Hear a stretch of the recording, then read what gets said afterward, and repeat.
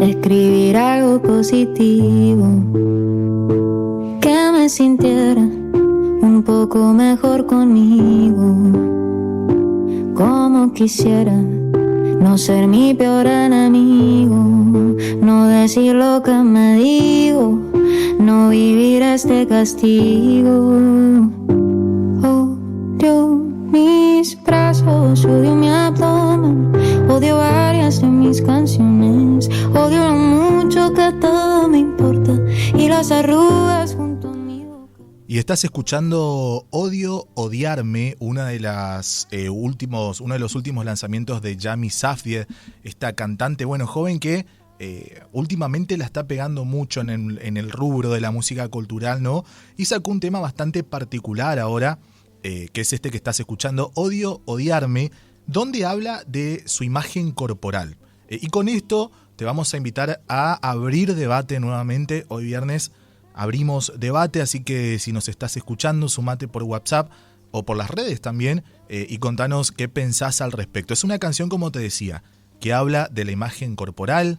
En este caso, Yami decide criticar muchas partes de su cuerpo, pero a su vez con eso manifestar cuáles son los comentarios de muchas personas que tienen una imagen distorsionada, si se quiere, de su cuerpo.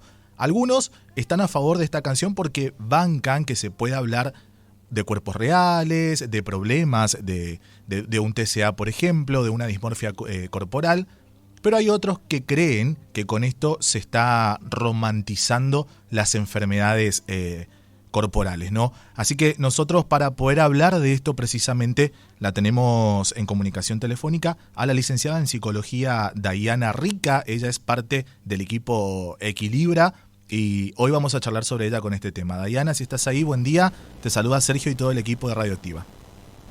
Hola, buen día. ¿Cómo están todos? Muy bien, gracias. Dayana, a ver, un tema controversial hoy en día, ¿no? Porque, no estamos acostumbrados a escuchar canciones que hablen sobre cuerpos desde el aspecto negativo, si se quiere. Porque hoy todas las canciones urbanas quizás hablan del cuerpo, pero no desde la mirada que le da Yami Safdie, ¿no? ¿Qué es lo que se intenta mostrar con esta canción? Sí, exactamente. Yo creo que hoy por hoy se idealiza mucho la imagen corporal, la delgadez y también este deseo de siempre estar perfecto. Y a mí me gusta particularmente que se hablen de estos temas y entender que no todos nos vemos así, sobre todo los pacientes que están teniendo este trastorno quizás de las conductas alimentarias, que sufren de dismorfia corporal, y también me parece importante que se hablen de estos temas para que estas personas no se sientan tan extrañas o que piensen que solamente a ellas les pasa. ¿Vos pensás que, por ejemplo, con este tema puntual de Yami Safdie, que habla de las partes del cuerpo que no le gustan, ¿no? ¿Cuál es tu punto de vista al respecto? ¿Sentís que se está romantizando algún tipo de enfermedad o por el contrario se quiere levantar una voz que de momento no resuena tanto? Mira, si cuando hablamos de romantizar pensamos que es o entendemos que es crear una idea que no tiene que ver con lo que realmente pasa, o hablarlo como algo agradable o que no es grave, no creo que la canción haga eso. De hecho, la chica, la cantante, hace una descripción bastante real de lo que le pasa a las pacientes que tienen esta distorsión del cuerpo y hace una descripción de todo lo que ella rechaza. Después que la música, la voz sea más o menos suave o más o menos armónica, creo que eso es indiferente, es lo de menos. Queramos o no, esta canción hace que el tema esté sobre la mesa, tanto acá como en otros espacios. Me parece que eso es lo importante. ¿Vos sentís que esta como otras canciones que hablan puntualmente sobre el cuerpo de las personas, impacta de alguna manera en los más jóvenes, ya sea de manera positiva o negativa, según tu punto de vista? Sí, totalmente, porque nosotros tenemos que pensar que tanto lo que escuchamos en las canciones, lo que vemos en las redes y los comentarios de las personas que nos acompañan en el día a día estructuran nuestra forma de pensar y también lo que nosotros por ahí buscamos con nuestra estética. Hay quizás una duda que puntualmente tengo yo y tal vez aquellos los que nos están escuchando hoy. ¿Hay una diferencia entre lo que es el trastorno de la conducta alimentaria y una dismorfia corporal? En realidad, los trastornos de la conducta alimentaria en general se dividen en dos grupos, lo que es anorexia y bulimia. Ujú. Dentro de estos dos grupos, ambos cuentan con la dismorfia corporal. Ujú. La dismorfia corporal me parece que es importante aclarar y entender por ahí para no ser tan teóricos, que tiene que ver con esta distorsión de cómo yo percibo mi cuerpo o mi imagen, en donde la persona se centra en un detalle del cuerpo, toda su atención y todo su foco está puesto en eso, y automáticamente la mente de esta persona convierte ese detalle, ya sea los codos, las rodillas, la panza, cualquier cosa, en un defecto. Ujú. Y a partir de este defecto, la persona empieza a dirigir la vida, domina el día, las decisiones que va a tomar, incluso las relaciones. La persona empieza a estar en guerra con el vehículo sería el cuerpo, Ujú. y yo lo veo en los pacientes todos los días, que lastimosamente es algo que dirige su vida, personas que se privan de tener pareja, que realmente están interesados en alguien y le gusta a alguien, pero nunca concretan una cita, o se van de vacaciones y no se ponen una bikini, o no salen al sol, y así todo el tiempo. Faltan a reuniones con amigos porque se sienten incómodos con comer socialmente, y un montón de cuestiones que uno a veces no cae en cuenta de cuánto puede limitar la existencia de la persona estas dismorfias o esta tensión no saludable o esta relación no saludable que se tiene con la comida y con la imagen corporal. ¿Y dónde nace puntualmente, si se pudiese, ¿no?, establecer un origen? ¿Dónde nace ese sentido, esa sensación de vergüenza, de timidez, de no querer tal vez mostrar partes del cuerpo, si se quiere? Mira, el recorrido por qué llegamos a esta situación es largo. Tiene que ver con la historia familiar, tiene que ver con los mensajes que recibimos de chico, tiene que ver con el contexto, con la cultura, tiene que ver con el pasado y con el presente, con las dos. Yo creo que es la unión de estas dos áreas. Claro. Ahora, viste que si escuchaste el tema completo, Odio, Odiarme, lo que hace Yami Safdie básicamente es levantar una alarma acerca de las cosas que siente sobre su cuerpo, no manifiesta tal vez las sensaciones que tiene sobre su cuerpo. ¿Qué señales son las que da la gente, o cómo podríamos nosotros identificar esas señales en alguien que creemos que tal vez está pasando por lo mismo?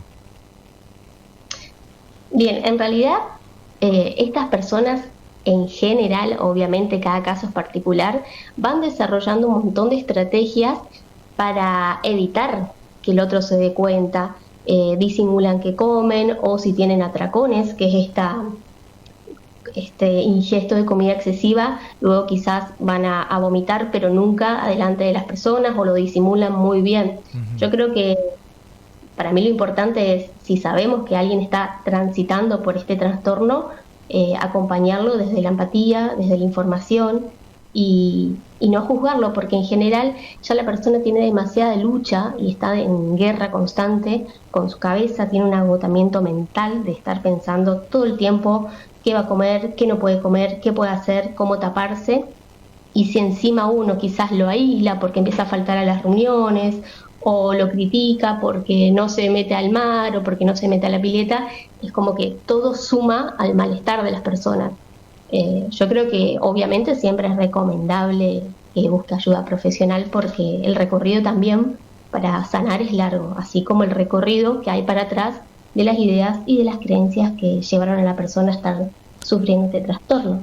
Bueno, y recién mencionaste que el recorrido terapéutico suele ser largo, ¿no? Y eso también creo que se linkea con una de las preguntas que llegan a través de las redes sociales, que nos dicen cómo se hace para revertir todo esto, que supongo que tiene que ver con ese recorrido. ¿Cómo es ese transitar desde lo terapéutico?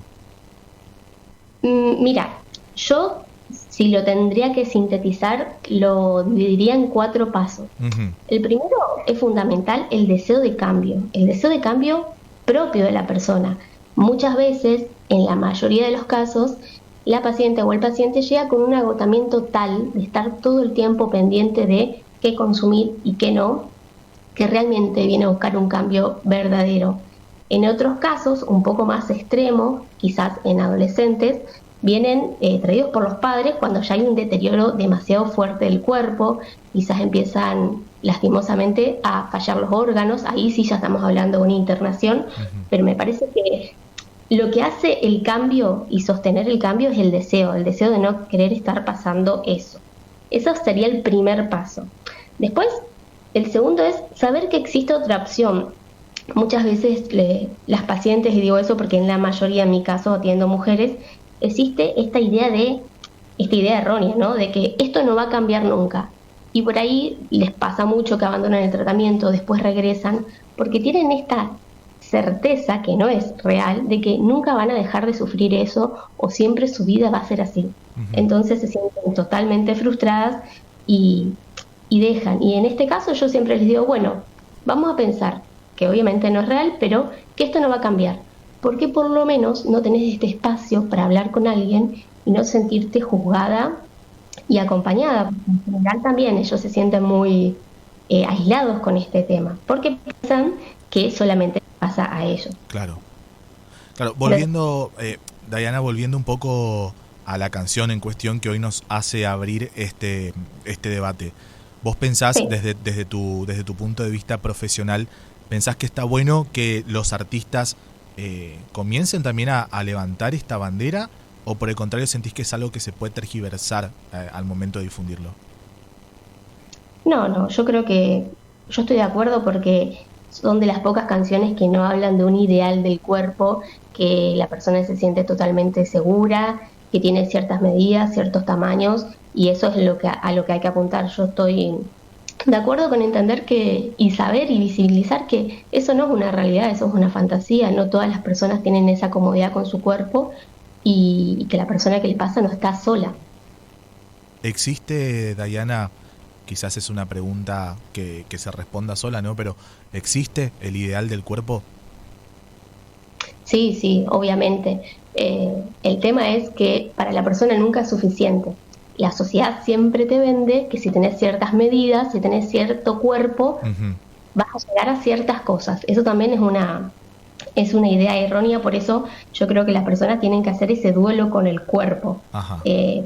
Cuando queremos hacer algo diferente, tenemos que saber que existe la posibilidad de que el cuerpo que tenemos hoy puede cambiar. Pero es un cuerpo que tenemos a base de ¿qué? De una alimentación saludable o de un deterioro.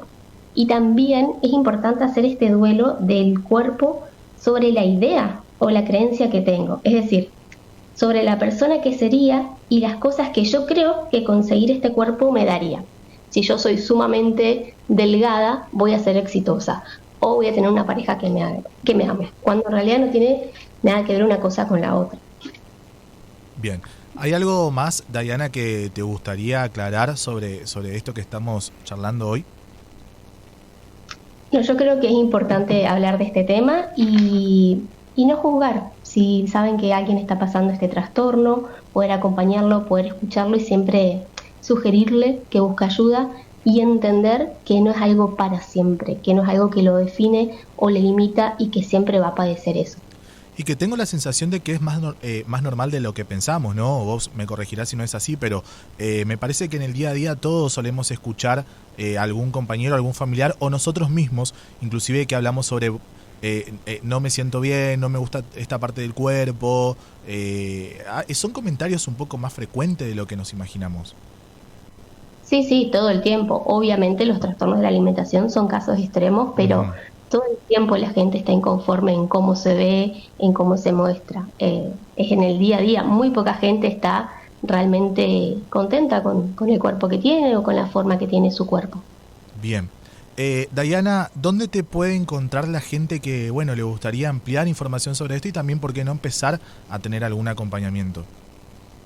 Sí, nosotros estamos trabajando en el espacio de Equilibra. Ahí pueden llamar telefónicamente o acercarse y hay un equipo que trabaja en conjunto para estas personas de nutrición, de psicología, que me parece que siempre que el trabajo es en equipo, las opciones y las soluciones son mucho más amplias.